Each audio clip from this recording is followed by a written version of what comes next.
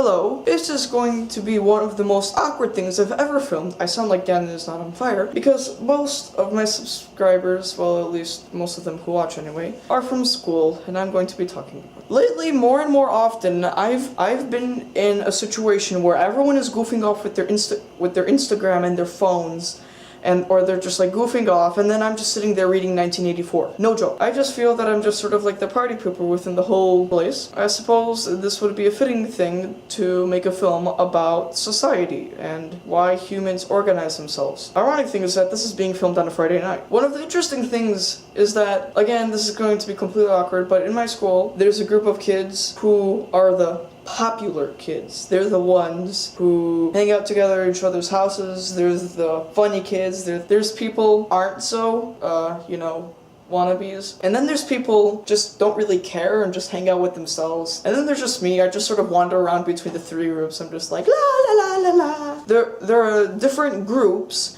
and each one is higher than the other. I don't know why. In my school, we have uniforms, so there's nothing about our clothes. No phones are allowed. Basically, both of the groups have the same thing. I suppose on looks, but that doesn't necessarily matter. Hey, look, there's my cat. Maybe it's because of after-school activities, but the same thing. It's just that one group hangs out with each other and the other group hangs out with another. So really, the higher and the lower group are both the same thing. But the thing is, nevertheless, I myself, and anyone who is witnessing this phenomenon, classifies the two groups as higher and lower. That makes no sense. Why do we consider different social groups different? In my school, and I suppose that this can be put into real life, the social classes are all the same, but for some reason we still rank them better than the other. There's no reason why, we all have this, we don't flaunt our possessions, so we have no way of knowing what each other's possessions are. We have uniforms, so all the same clothes. Looks, maybe, that may be the one deciding factor, but in my school we don't really talk about that. But I think the most important thing is confidence.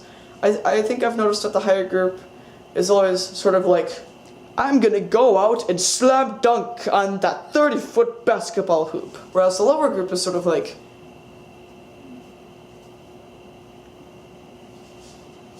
so maybe that's the one deciding factor. Confidence.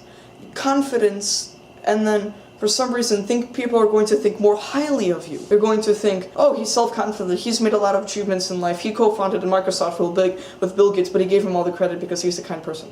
That's probably what they're gonna think. So the point is, social classes are all the same, just by the way that they treat themselves. In general, why do we rank ourselves into different classes?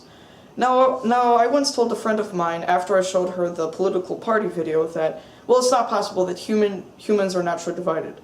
She's taking a high school psychiatry class. But nevertheless, okay, that's fine, I get it.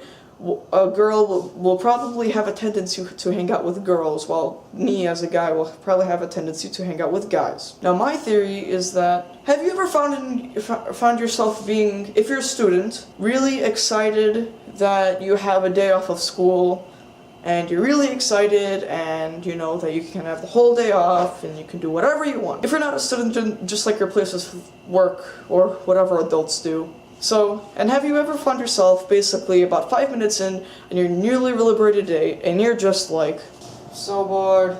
So, I think we find ourselves listless, which is basically that you're bored, there's nothing to do, blah blah blah, whatever. So maybe we create these social groups to give ourselves goals. For example, if you were in the lower class, the unpopular class, to prevent yourself from getting listless, you classify yourself as being lower class, even though really you're both the same. And that's what you spend your time thinking about instead of being listless and about how you're going to achieve to get to the higher, more popular class. Or if you're in the higher class, you might consider yourself higher because you want to prevent yourself from being listless. You strive all you can to knock out anyone in your way and become the most popular person in the school and to get all the right genes. And I don't know why I'm doing this. So maybe that's the reason why. To prevent ourselves from getting bored all the time, we just say, oh, I'm lower. I'm gonna spend all my time and all my day, I'm gonna lay down in bed thinking, how am I going to get higher? And that way, you're not gonna be listless. And then if you're higher, you're just gonna spend all your time thinking about how you're gonna become the highest. So really, in essence, society, and the different judgment of classes on whether they're higher or lower